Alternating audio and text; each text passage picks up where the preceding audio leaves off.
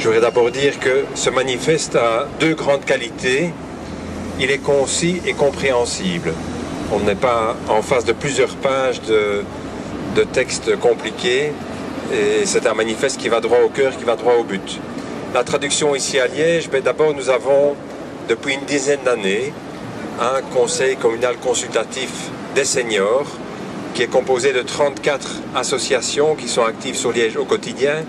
Ce conseil se réunit tous les mois, est extrêmement actif, a réalisé des enquêtes sur l'ensemble de la vie politique locale, a auditionné l'ensemble des membres du collège un par un, en demandant des recommandations et en assurant le suivi de ces recommandations, ce qui est encore plus difficile.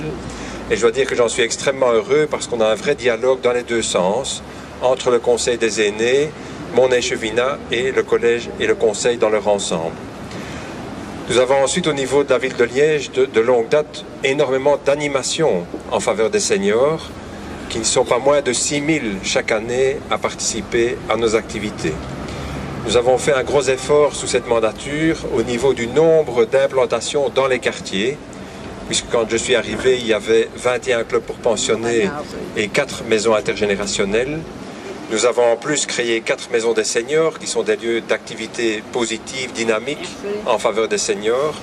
Et nous avons démultiplié les maisons intergénérationnelles, puisque mercredi, je pense, le 10 de la semaine prochaine, nous inaugurons une 9e maison intergénérationnelle dans le quartier de Sainte-Marguerite et nous commençons aussi une 10e implantation dans le quartier du Laveux. Et je pense que le collège suivant serait intelligent de poursuivre ces activités parce que la dynamique intergénérationnelle qui est d'ailleurs présente à 2 endroits dans le manifeste, qui soit des aînés ou qui soit européens, la dynamique intergénérationnelle est vraiment ce dont nous avons besoin. Dans une grande ville comme Liège, où les aînés sont 23% de la population, dans une commune comme Liège, où le nombre de ménages constitués d'une seule personne représente 54% des ménages, et bien sûr, la proportion est plus importante encore auprès des aînés. Nous avons de longue date aussi des voyages et excursions en Belgique et à l'étranger, où ma seule difficulté, c'est que c'est complet tout le temps, donc on fait des frustrés au niveau des personnes qui s'inscrivent après que l'écart soit complet.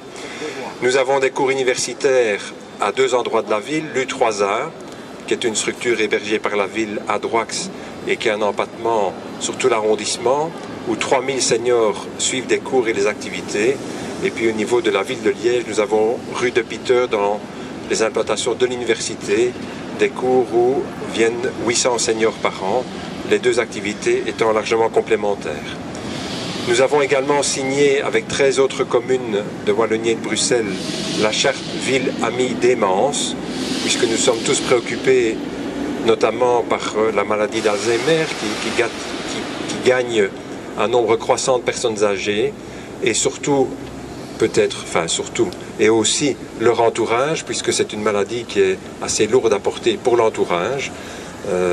J'étais avec vous à midi pour le repas et je suis allé vite au bureau à 2 heures parce que nous avions une conférence avec les maisons de repos au niveau de la maladie d'Alzheimer.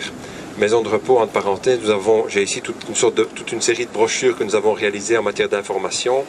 On a réalisé une brochure sur l'ensemble des maisons de repos, MRS, résidences, services et alternatives en matière de logement ici à Liège.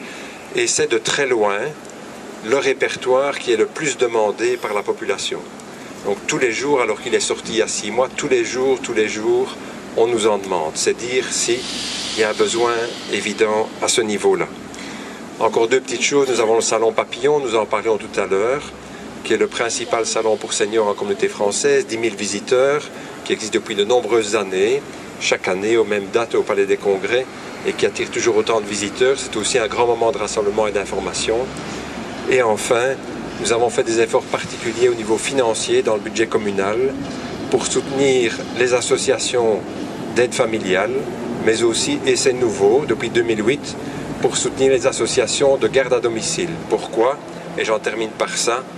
Lorsqu'en 2007, nous avions fait au niveau du collège une enquête dans l'ensemble de la population par un questionnaire toute boîte sur les préoccupations des citoyens, toutes thématiques confondues, la culture, le tourisme, l'urbanisme, la jeunesse, les sports, enfin tout ce qui fait la vie communale, je suis toujours très frappé que la préoccupation première qui a été exprimée, toute tranche d'âge confondue, est le maintien à domicile. Donc c'est vraiment quelque chose qui est dans la perspective de tout un chacun, même des générations plus jeunes, par rapport à leurs parents et leurs grands-parents.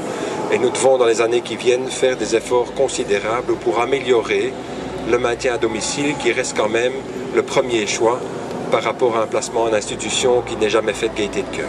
Voilà, merci Arlette. Merci Benoît. Vous voyez qu'à Liège, on